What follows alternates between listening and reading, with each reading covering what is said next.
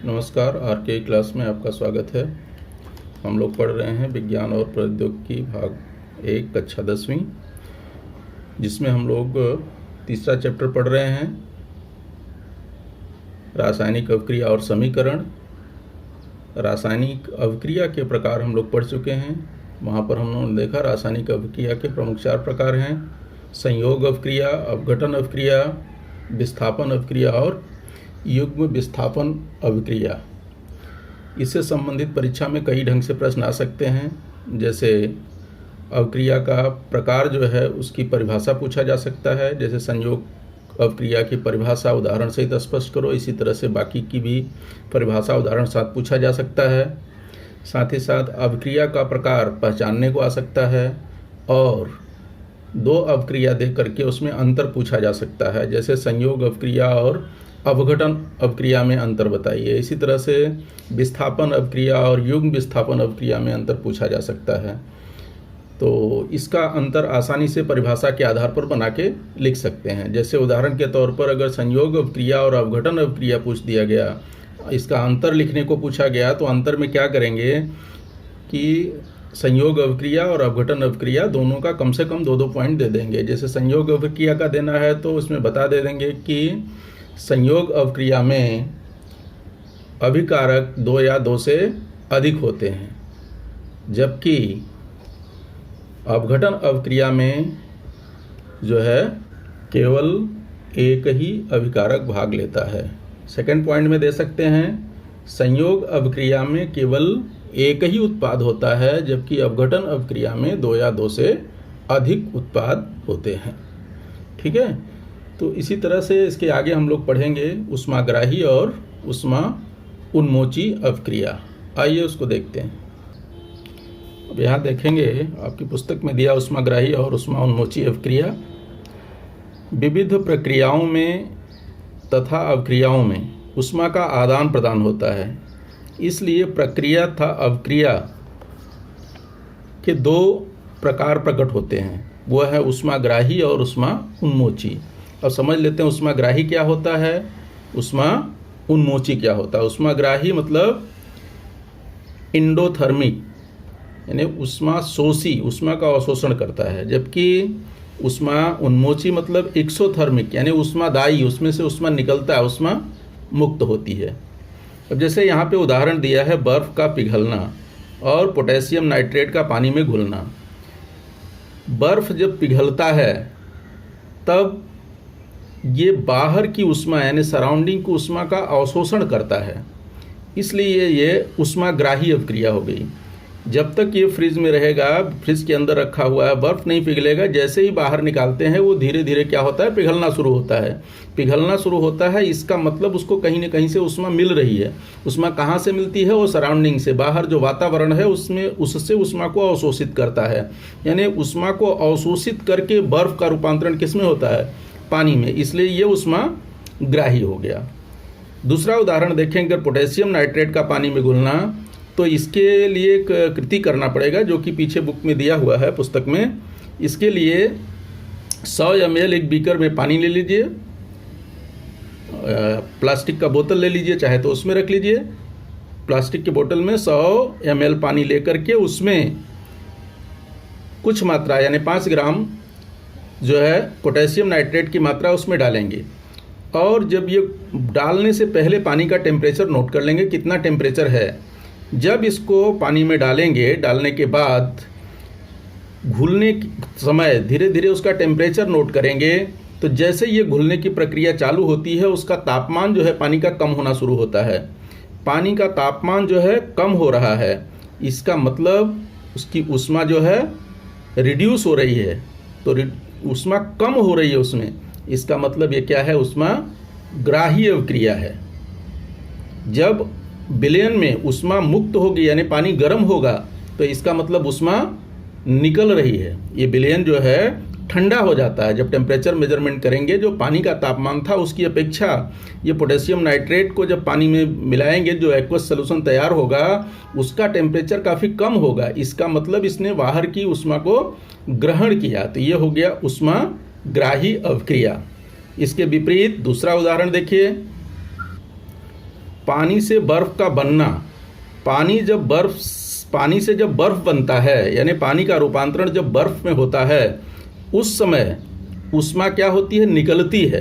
क्योंकि पानी का तापमान जो है ज़्यादा रहता है। जब उसको ले जा करके समझो फ्रिज में रखेंगे, फ्रीजिंग करेंगे, ठंडा करेंगे, तो पानी की जो ऊष्मा होगी वो क्या होगी, निकलेगी, तभी वो जमेगा। जमते समय ऊष्मा क्या होती है, पानी से निकलती है।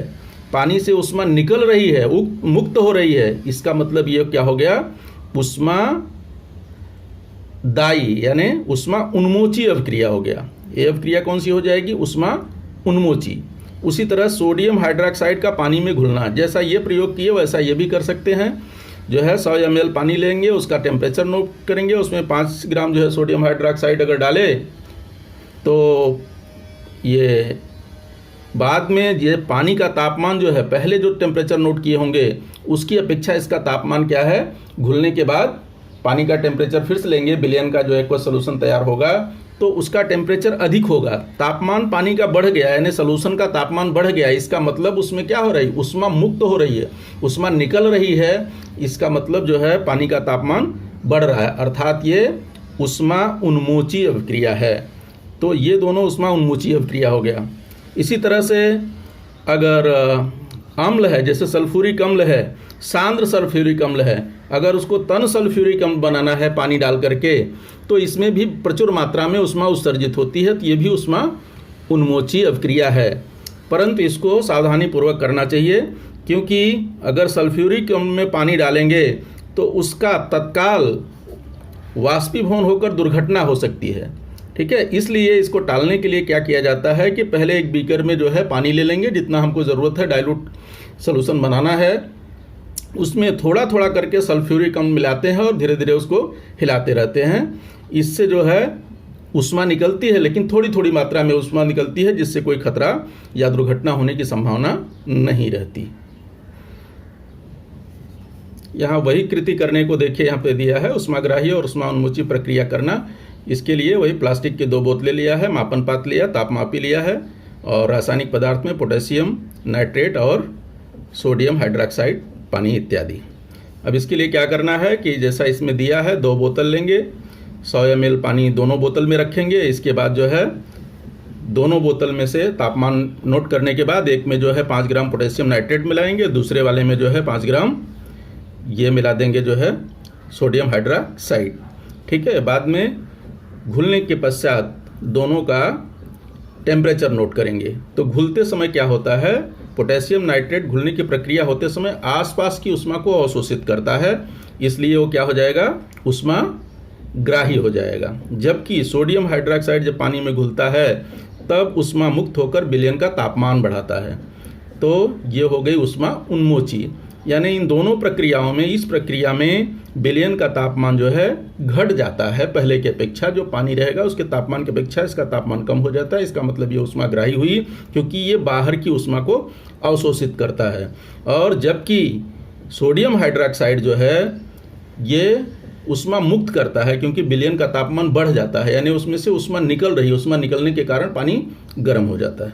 ठीक है, अब इसकी परिभाषा दे सकते हैं कि यहाँ पर दिया है, किताब के आधार पर लिख सकते हैं। ऊष्मा के आदान प्रदान के अनुसार रासायनिक अभिक्रिया उन्मोची होती है या ऊष्माग्राही। इसके लिए इसकी परिभाषा देंगे, जब रूपांतरण होते समय ऊष्मा का अवशोषण किया जाता है तब ऊष्माग्राही होता है, और जब ऊष्मा मुक्त होती है तो ऊष्मा उन्मोची होती है। उसको इस तरह से लिख सकते हैं, जैसे देखिए यहाँ पर ऊष्माग्राही अभिक्रिया, एंडोथर्मिक रिएक्शन। जिस अभिक्रिया में ऊष्मा का अवशोषण होता है उस अभिक्रिया को ऊष्माग्राही अभिक्रिया कहते हैं। जैसे उदाहरण के तौर पर अभी लिया वही पोटेशियम नाइट्रेट, उसको पानी में मिलाया, ठोस पोटेशियम पानी में मिलाया, तो ये विलयन ठंडा हो गया, यानी कि मतलब इसमें से ऊष्मा कम हुई, अर्थात ऊष्मा प्लस इधर हुई। ये ऊष्मा को अवशोषित करने के बाद ये ठंडा हो जाता है। ठीक है, इसी तरह से दूसरा कैल्शियम कार्बोनेट। कैल्शियम कार्बोनेट को जब हम गर्म करते हैं तो तो वो कैल्शियम ऑक्साइड बनता है और कार्बन डाइऑक्साइड मुक्त होती है।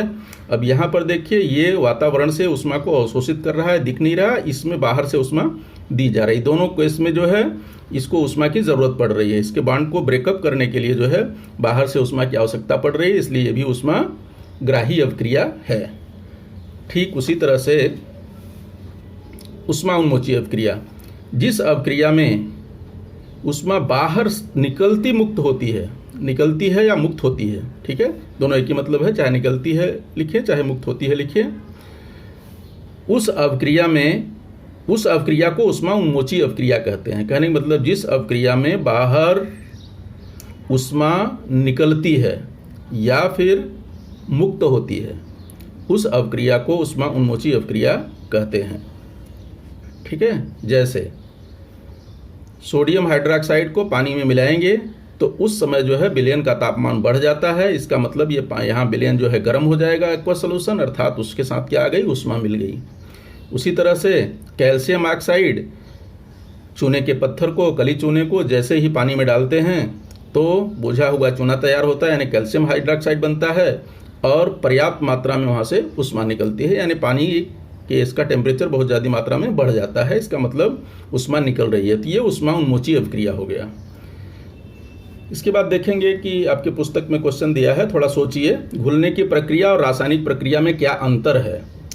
तो घुलने और प्रक्रिया और रासायनिक प्रक्रिया में क्या अंतर है। घुलने की प्रक्रिया में जो है जरूरी नहीं है कि नया पदार्थ तैयार हो, नया पदार्थ तैयार हो भी सकता है और नहीं भी तैयार हो सकता है। जबकि रासायनिक अवक्रिया जब होगा तो सदैव नया पदार्थ ही तैयार होता है। ठीक है, घुलने की प्रक्रिया में नया पदार्थ निर्मित होना निश्चित नहीं होता, अर्थात नया पदार्थ हो भी सकता है और नहीं भी हो सकता है, परंतु रासायनिक अवक्रिया में सदैव नया पदार्थ बनता है। ठीक है, जैसे ये दोनों देखिए घुलने विलायक हैं, समझो यहाँ पे H2O विलायक है, ये विलेय है, तो अब ये घुल रहा है इसमें तो वही एक्यूस हो जा रहा है और इसमें नया पदार्थ तैयार नहीं हो रहा है, सिर्फ विलयन, जबकि यहाँ पर जो है परिवर्तन हो जा रहा है, कैल्शियम हाइड्रोक्साइड बन जा रहा है। तो यानी कहने का मतलब ये कि जो घुलने की प्रक्रिया है ये दोनों में घुल रहे हैं, घुलने की प्रक्रिया में नया पदार्थ बन भी सकता है और नहीं भी बन सकता है। ठीक है, क्वेश्चन नंबर 2। और जबकि रासायनिक अवक्रिया जब होगी तो रासायनिक अवक्रिया में सदैव नया पदार्थ ही निर्मित होता है। ठीक है, तो ये दोनों में अंतर है। आगे विलायकों में विलेय के घुलने पर नया पदार्थ बनता है, ऐसा क्वेश्चन पूछ रहा है। जरूरी नहीं है कि विलायक में विलेय घुलेगा तो नया पदार्थ बनेगा ही, जैसा ये पिछला उदाहरण दिया, बन भी सकता है और नहीं भी बन सकता है। कुछ केस में जो है बनता है और कुछ केस में नहीं बनता है। यहाँ नया पदार्थ बन रहा है, यहाँ पर नया पदार्थ नहीं बन रहा है घुलने की प्रक्रिया में। ठीक है, अब आते हैं कुछ और उदाहरण देख लेते हैं। ऊष्मा ग्राही या ऊष्माशोषी या ऊष्मा उन्मोची अर्थात ऊष्मादायी अवक्रिया पहचानना। कुछ उदाहरण हैं, उसमें पहचानना है। कैसे पहचानेंगे कि ऊष्माग्राही है या ऊष्मा अवशोषी है। जैसे देखिए यहाँ पर है HCl प्लस NaOH और इसको हमको पहचान के बताना है। इधर बना है product NaCl plus H2O plus ऊष्मा। अब देख रहे हैं कि इधर प्रोडक्ट की साइड में ऊष्मा निकल रही है, इसका मतलब ये क्या हो जाएगा, ऊष्मा उन्मोची अवक्रिया। ऊष्मा उन्मोची अवक्रिया। ठीक है, इसी तरह से दूसरा देखें तो यह है पोटेशियम क्लोराइड, इसको गर्म किया जा रहा है, पोटेशियम क्लोराइड बना और ऑक्सीजन गैस मुक्त हो रही है। यहाँ पर देखिए ऊष्मा जो है बाहर से देनी पड़ रही है, इसका मतलब इसके बांड को ब्रेकअप करने के लिए हमको बाहर से ऊष्मा की आवश्यकता पड़ रही है, अर्थात जो है ये ऊष्मा ग्राही अवक्रिया है। तो इसका आंसर हो जाएगा ऊष्मा ग्राही अभिक्रिया, एंडोथर्मिक रिएक्शन। ठीक है, इसी तरह से अगला देखेंगे कैल्शियम ऑक्साइड प्लस पानी। कैल्शियम ऑक्साइड में पानी मिलाएंगे, मतलब पानी में जब कैल्शियम ऑक्साइड यानी चूने का पत्थर डालेंगे तो ये कैल्शियम हाइड्रोक्साइड बनता है और पर्याप्त मात्रा में ऊष्मा उस पर उत्सर्जित होती है, ऊष्मा निकल रही है, यानी तापमान इसका बढ़ रहा है। इसका मतलब ये क्या हो जाएगा, ऊष्मा उन्मोची अवक्रिया या ऊष्मादायी अवक्रिया इसको बोल सकते हैं, एक्सोथर्मिक रिएक्शन। ठीक है। इसी तरह से नेक्स्ट कैल्शियम कार्बोनेट है, कैल्शियम कार्बोनेट को गर्म किया जा रहा है, यहाँ पे हीट का निशान है, तो ये दो प्रोडक्ट बन रहे हैं, तो ये कौन सा हो गया, उष्माग्राही, क्योंकि यहाँ पे उष्मा दी जा रही है, उष्माग्राही अभिक्रिया।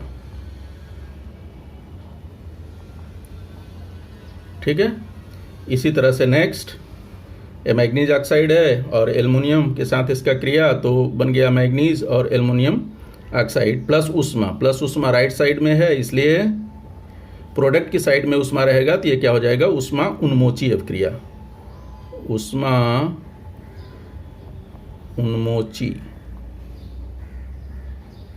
उन्मोची अभिक्रिया।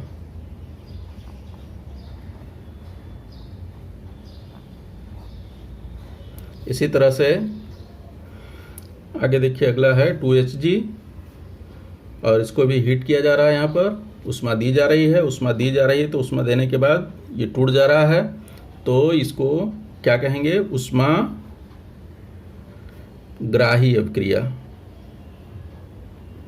उष्माग्राही अभिक्रिया।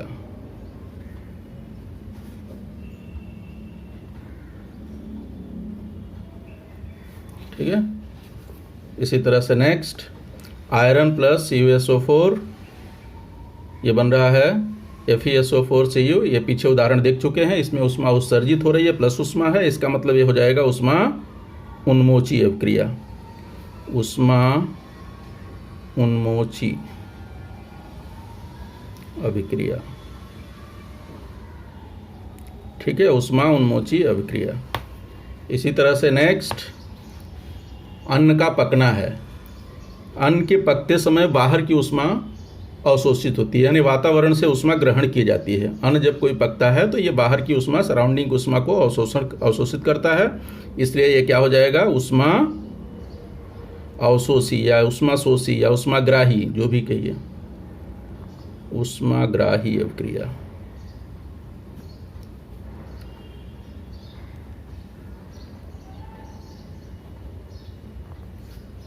इसी तरह से पानी से बर्फ बनना, पानी से बर्फ बनते समय पानी की उष्मा क्या होती है, निकलती है, तब जाकर के ये बर्फ बनता है, अर्थात ये क्या हो जाएगा, उष्मा उन्मोची अभिक्रिया।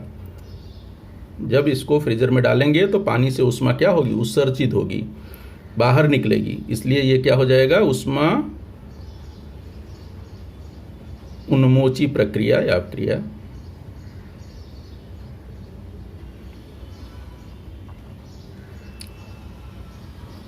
उष्मा उन्मोची प्रक्रिया। इसी तरह से बर्फ से पानी बनना, अभी हम लोगों ने पीछे पढ़ा, बर्फ से पानी बनते समय क्या होता है कि बर्फ को पिघलने के लिए बाहर की उष्मा की आवश्यकता होती है, इसलिए ये उष्मा शोषी हो गया, यानी उष्माग्राही, उष्माग्राही अभिक्रिया।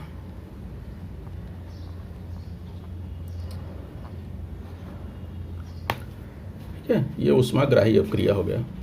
इसी तरह से इसमें क्वेश्चन अंतर के रूप में भी पूछा जा सकता है कि उष्माग्राही और उष्मा उन्मोची अभिक्रिया में क्या अंतर है, तो इसका अंतर भी आसानी से कम 2 पॉइंट देकर के बता सकते हैं। जैसे उष्माग्राही अभिक्रिया में क्या लिख देंगे, उष्माग्राही अभिक्रिया में उष्मा अवशोषित की जाती है, जबकि उष्मा उन्मोची अभिक्रिया में क्या होता है, उष्मा बाहर निकलती है, यानी उष्मा मुक्त होती है। सेकंड पॉइंट दे सकते हैं कि उष्माग्राही अभिक्रिया में विलयन का तापमान घटता है, जबकि उष्मा उन्मोची अभिक्रिया में विलयन का तापमान बढ़ता है।